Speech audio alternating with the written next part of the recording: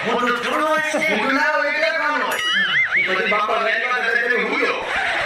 એ ક્યાં